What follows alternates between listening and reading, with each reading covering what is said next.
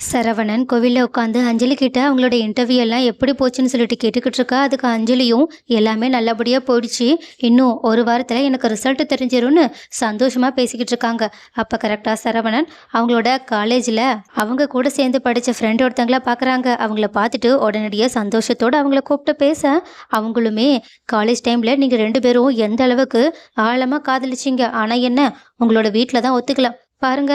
இருந்தாலும் இவ்வளோ நாள் கழிச்சு உங்களுக்கு மறுபடியுமே சேர்றதுக்கு ஒரு கரெக்டான வாய்ப்பு கிடைச்சிருக்கு. இந்த வாய்ப்பை மட்டும் தவற விட்டுறாதீங்க. நீங்க 2 பேரும் ஒண்ணு சேர்ந்து வாழ்ந்தா ரொம்பவே நல்லா இருக்கும்னு சொல்லிட்டு, அவங்கள கங்ராஸ்லாம் பண்ணிட்டு அனுப்பி வச்சுக்கிட்டு இருக்காங்க.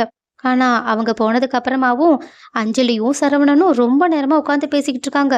பட் அப்படி இவங்க 2 பேரும், அதுவும் அந்த ஃப்ரெண்ட் எல்லாம் வந்து பேசிட்டு போனதுன்னு சொல்லிட்டு, எல்லாத்தையுமே கோவிலுக்கு வந்திருந்த தங்கமயிலோட அப்பாவுமே கேட்டுட்டு செம்ம ஷாக்கோட நின்னுக்கிட்டு இருக்காங்க.